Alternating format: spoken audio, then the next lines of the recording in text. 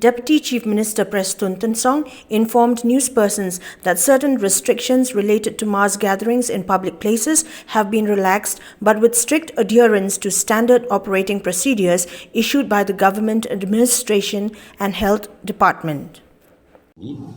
Sarkar keladon review meeting hak bedai ban review lani ban pek beniak biang sesisin pat ya kini ki kenja restriction ki bana kalian jong sarkar kalabu nadu mensyem stem hadin malajia kaneka pandemic hapo kejelam ikla jongi but kini kirai ki bengisim kumni harum kabadung kok kan night curfew kabadai hapo is khasil sa Shillong kabangi jula kan yai peteng kabamut nado khatwe beji menmit hadu san beji men step kan night curfew kan dang yai peteng will also include like private gathering, private function, weddings, family get together, funeral, anniversary, so on and so forth. 75% now it is allowed. Regarding the reopening of educational institutions, hostels and other activities, TYNSONG informed that junior classes from class 1 to 5 would be allowed to reopen for clarification of doubts related to the school syllabus. He further added that hostel and creches would be allowed to reopen. On other activities, he informed that those related to promotion are now allowed to take place, but with compliance to SOPs issued by the government from time to time.